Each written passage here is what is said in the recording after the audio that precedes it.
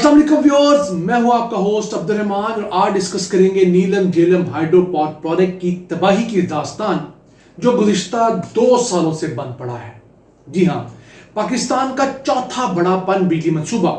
जो कि 969 मेगावाट बिजली पैदा करने की सलाहियत रखता है, यानी सालाना 5 अरब 10 करोड़ यूनिट सस्ती बिजली पाकिस्तान को दिया करता था, वो 2 साल से बंद पड़ा है। और बंद होने की वजह है इसकी सुरंगों का बैठ जाना। जुलाई 2022 के अंदर इसकी टेल रेस टनल बैठी थी और उसके बाद अगस्त सितंबर 2023 के अंदर इसकी हेड रेस टनल बैठ गई। यह मंसूबा पाकिस्तान में इस लिहाज से अहमियत का हामिल है कि इसका 90% इंफ्रास्ट्रक्चर पहाड़ों के अंदर सुरंगें खोद कर बनाया गया है और इस नेटवर्क की जो सुरंगें हैं उसकी लंबाई 51.5 किलोमीटर है। तो हो क्या रहा है, कभी इसकी एक टनल बैठ जाती है, कभी इसकी दूसरी टनल बैठ जाती है और उस टनल के बैठने के सबब ये बिजली पैदा करना बंद कर देता है। और 1 साल अगर ये मंसूबा बिजली पैदा नहीं करता तो कम से कम हमें 55 अरब रुपए का नुकसान होता है, यानी 2 सालों के अंदर हम लोगों को 110 अरब रुपए का नुकसान हो चुका है। ये वो है जो हुकूमत ने सस्ती बिजली पैदा नहीं की, जो मुल्क को इसकी जगह पर महंगी बिजली पैदा करने के सबब नुकसान हो रहा है, अभी वो कैलकुलेशन में नहीं आया। इससे बिजली का 1 यूनिट 10 रुपए से 13.5 रुपए का पड़ता है। तो हुआ क्या,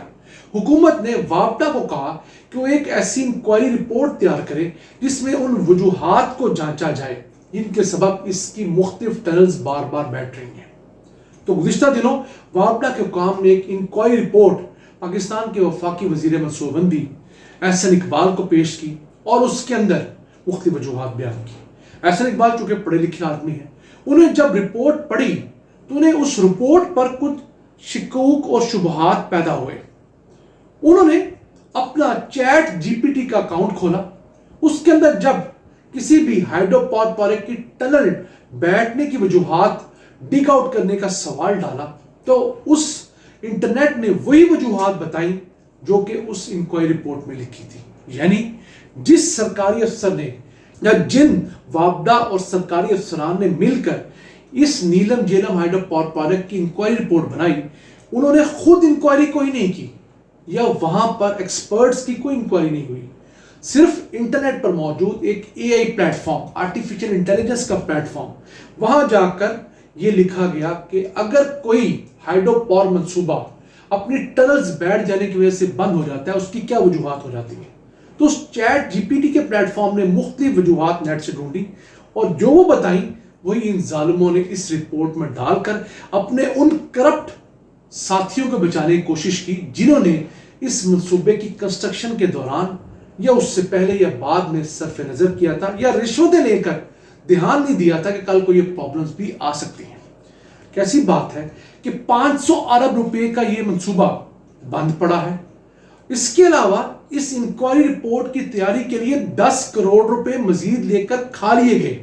10 करोड़ रुपए की बात कर रहा हूं। मैंने और आप में से अक्सरियत ने कभी 10 करोड़ रुपए कैश जिंदगी में देखे नहीं होंगे, लेकिन इन लोगों ने वो डकार कर उसकी जगह पर आर्टिफिशियल सी रिपोर्ट पेश की। जब वजीर मौसूफ ने उनको बताया कि जो आपने रिपोर्ट दी है ये तो इंटरनेट से आप कोई भी शख्स ढूंढ के निकाल सकता है, तो बोलती बंद हो गई। बताया जा रहा था कि 500 अरब रुपए का ये मंसूबा अगर बचाना है तो हुकूमत मजीद 300 अरब रुपए खर्च करे, यानी हुकूमत इसकी टनल्स दोबारा से खोदे जिस पर 300 अरब रुपए खर्चा तो आएगा, 5-6 साल मजीद लग जाएंगे और उन 5-6 सालों में उन वापडा हुकाम की दिहाड़ियां लगनी थी, तनख्वाह मराहत अलहदा, जो कमीशन इन्होंने खानी थी वो इसके अलहदा है। वो क्यों, जब इस प्रोजेक्ट के लिए टनल बोरिंग मशीन खरीदी गई, यानी कि इसकी सुरंगें तेज तरीके से मुकम्मल करने के लिए टनल खोदने वाली मशीन खरीदी गई, तब उस मशीन की खरीदारी में $74 मिलियन की करप्शन के इल्जामात लगे थे और जो ट्रांसपेरेंसी इंटरनेशनल उसने बहुत शोर मचाया था। अब दोबारा जब टनल बोरिंग मशीन खरीदी जाएगी दोबारा दिहाड़ियां लगेंगी और 6 साल हम क्या इस मंसूबे का मुंह देखते रहेंगे। यानी कि एक तरफ हम 300 अरब रुपए इजाफी लगाएं, फिर हम 300 अरब रुपए का नुकसान भी करें जो हम बिजली से प्रोड्यूस नहीं करेंगे। ایک اور مشورہ بھی دیا گیا، وہ کہا گیا کہ آپ ان ٹنلز کو دوبارہ ریپیئر کروائیں، اس پر 20 ارب روپے کی لاگت آئے گی، اور ہم گارنٹی نہیں کر سکتے کہ وہ مرمت 6 سال سے زیادہ عرصہ نکالے گی بھی کہ نہیں۔ حکومت کو ڈرایا جا رہا ہے اور اس طرف لایا جا رہا ہے کہ وہ اس منصوبے کو دوبارہ سے کنسٹرکٹ کرے، یعنی کہ صرف ایک پاور ہاؤس ٹربائنز دوبارہ نہیں لگیں گی، 51.5 کلومیٹر کا پورا ٹنلنگ سسٹم دوبارہ سے بنے گا۔ اب اس متعلق وزیر موصوف نے سخت نوٹس لیا،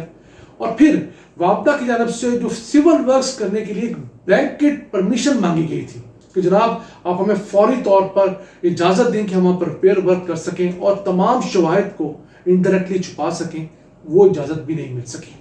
اب کہا گیا ہے کہ آپ ایک ڈیٹیل ایکشن پلان دیں جس میں بتایا جائے وجوہات کیا ہے اور آپ ان کو کس طرح کور کریں گے۔ یاد رہے 2022 کے اندر جب اس منصوبے کی ٹیل ریس ٹنل بیٹھی تھی تو انٹرنیشنل ماہرین کو بلایا گیا تھا، انہوں نے وہاں پر تحقیقات کی اور بتایا کہ ان پہاڑوں کے اندر جہاں پر یہ پورا پاور سٹیشن نیٹ ورک موجود ہے، وہاں پر ایسی جیوگرافیکل فالٹ لائن ہے جس کے سبب جب بھی زمین کے نیچے یا پہاڑوں کے اندر کوئی خاص موومنٹ ہوتی ہے، اس کے سبب یہ تمام ٹنل بیٹھ جاتی ہے۔ اب اس فالٹ لائن کو کس طرح کور کرنا ہے، یہ $1 بلین نہیں 5 بلین کوشچن ہے، کیونکہ ہم نے یہ منصوبہ $5 بلین کی لاگت سے بنایا تھا۔ اس منصوبے کو شروع کیا تھا پرویز مشرف نے اپنے آخری چند ماہ کے دوران، جنوری فروری 2008 کے اندر اس منصوبے کی باقاعدہ کنسٹرکشن کا آغاز ہوا تھا۔ اس ٹائم یہ کوئی $2.5 بلین کا منصوبہ تھا، 6 سے 8 سال میں مکمل ہونا تھا، مکمل ہوا 10 سالوں بعد 2018 کے اندر۔ تب تک اس کی لاگت ڈبل ہو چکی تھی، $5 بلین 500 ارب روپے میں یہ منصوبہ مکمل ہوا، اور شاید خاقان عباسی نے بطور پرائم منسٹر جاتے جاتے اس کی تمام ٹربائنز اور پاور ہاؤسز کا باقاعدہ افتتاح کیا تھا۔ اب دیکھنا یہ ہے کہ ایک منصوبہ جو کہ پیپلز پارٹی کے دور میں شروع ہوا اور نون لیگ کے دور میں مکمل ہوا، اس منصوبے میں آنے والے فالٹس کو موجودہ یہی 2 بڑی جماعتوں کی حکومت کس طرح ڈیل کرتی ہے۔ جولائی 2022 میں PDM-1 کے ٹنیور میں بھی یہ سانحہ ہوا، پھر اگست ستمبر 2023 کے اندر اس کی ہیڈ ریس ٹنل بیٹھ گئی، جو بڑی ٹنل تھی۔ جو چھوٹی ٹنل تھی وہ تو ہم نے 6 ارب روپے کی لاگت سے ریپیئر کی، اب جو بڑی ٹنل ہے اس پہ 20 ارب روپے لاگت آئے گی،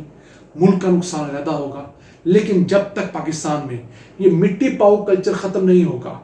کرپٹ افسران اپنے دوستوں کو بچانے میں کامیاب ہو جاتے ہیں، جب تک یہ کامیابی کی شرح کم نہیں ہوگی، کرپٹ عناصر کو ٹانگا نہیں جائے گا۔ چلے آپ نہیں ٹانگتے، آپ انہیں نشان عبرت بنائیے، آپ انہیں پراپر فیئر ٹرانسپیرنٹ انکوائری کے بعد لمبی سزائیں دلوائیں، ان کو پورے علاقے میں پورے پاکستان میں بدنام کریں، پھر جا کر ان کے گھر والے ان افسران کو حرام کا پیسہ پاکستان اپنے گھر میں لانے سے روکیں گے۔ جب گھر میں حرام کا پیسہ نہیں آئے گا اور گھر کی خاتون خانہ اپنے خاوند کو کہے گی کہ آپ تھوڑا لے آئیے گا، حرام کا مت لائیے گا، تو یقین کیجیے ہمارے ملک میں کرپشن کم ہوگی، ہمارے منصوبے بھی کوالٹی وائز بنیں گے، اور کئی دہائیاں نہیں بلکہ صدیاں گزاریں گے، جس طرح انگریز دور میں بنے منصوبے آج تک چلتے آ رہے ہیں۔ ناظرین، یہ تھا آج کا ایپیسوڈ، اپنے میزبان عبد الرحمان کو اجازت دیجیے، اللہ نگہبان۔